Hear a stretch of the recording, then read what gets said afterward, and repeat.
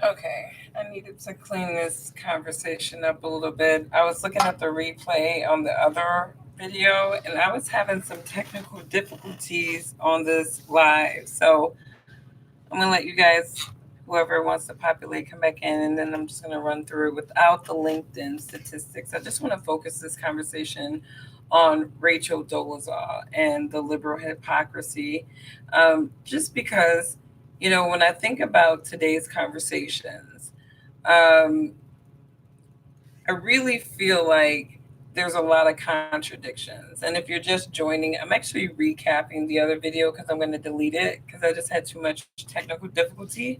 So thank you for joining again. But just to recap, what the primary discussion was, and I'm leaving out the LinkedIn poll too because I want to really drive the point home without having anything muffle over this discussion. Um, Rachel Dolezal was a former president of the NAACP out in Spokane. And she was a woman around, I believe, 2017 that was outed by her parents for being white, being a white woman, and passing as a black woman. She got a lot of backlash from everyone. I don't care if you're a liberal conservative, everyone had a reason not to like this woman and to vilify this woman. Um, and then, fast forward today, and we have the conversation of critical theory and um, critical race training, where essentially white people are being encouraged to denounce their white privilege and denounce their whiteness. And a lot of white people don't even know what that means. I, as a black person, would not know how a white person would do those things. Unfortunately, I cannot give you any advice because it sounds nonsense to me.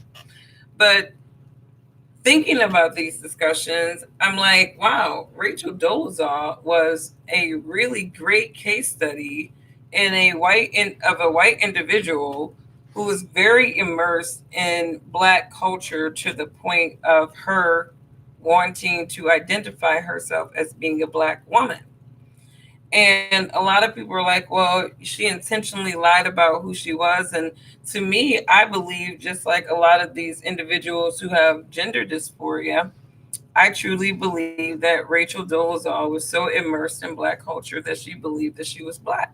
And so I don't think that she was pretending. I think she actually believed that she was more identifiable with black culture.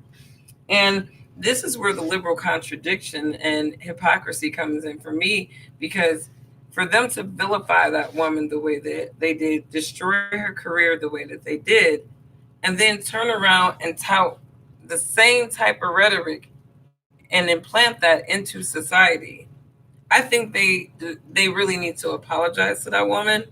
Maybe accept her back in the fold as a perfect case study of a white person who has completely disowned their whiteness. I mean, when I think about it, there are a lot of Rachel Dolezals in the world. There are a lot of white people that have grown up around blacks predominantly. They identify with black culture, but because they feel like, there's this line that they can't cross, you know, their immersion in the, I don't even think these white people feel like deep down they can be fully immersed because of their identity. And it's just kind of, to me, a psychological game that people are playing with each other. Because when you think about it, hip hop music, there's a lot of white kids that cater to that music. They identify with that lifestyle for whatever reason that they do, even though they don't understand it. They do. And their idea of black people is actually, unfortunately, hip hop music. And there's a lot of whites in this country that are so interested in black culture, black music, that they identify with it.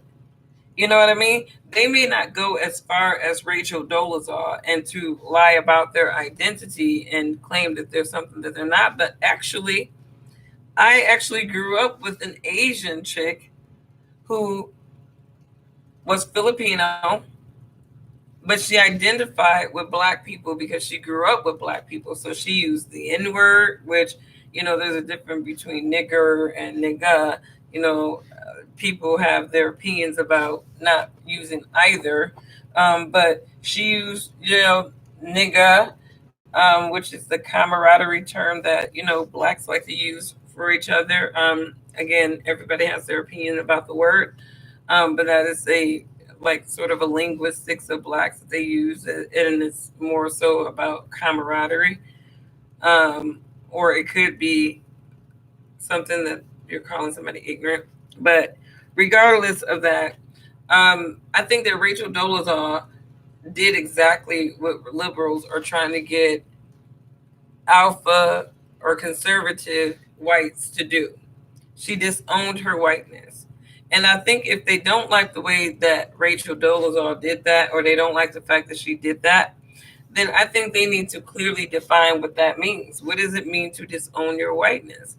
Because to me, I feel like she is like the ultimate example of an individual who has disowned themselves voluntarily in the name of the black struggle, being a part of it.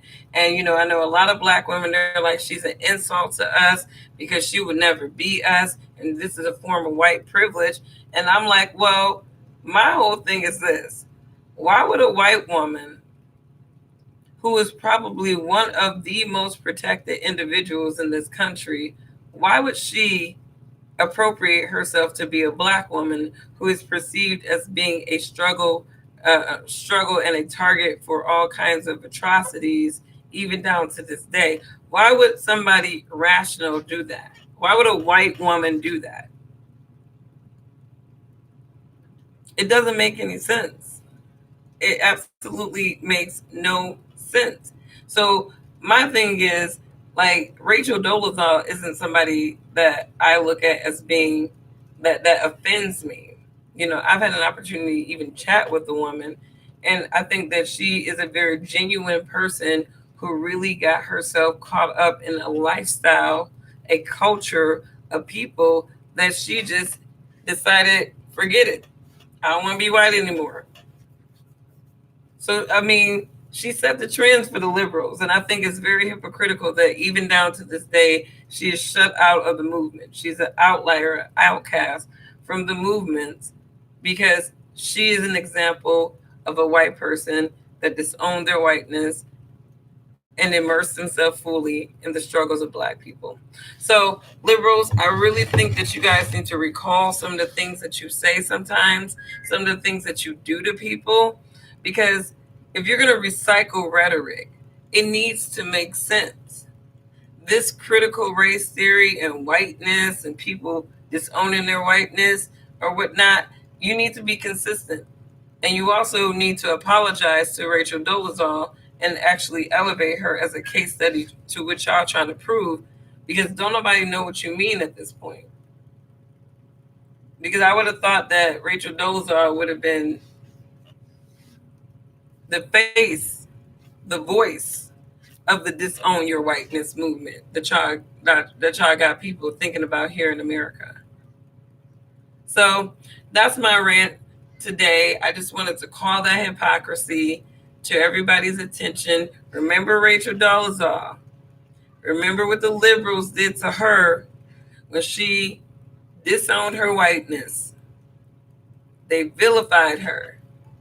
And then they wanted to, oh, she lied, she deceived us. I mean, where's your empathy? She was afraid to bring her whole self, which happened to be white, to the NAACP. Where's your empathy?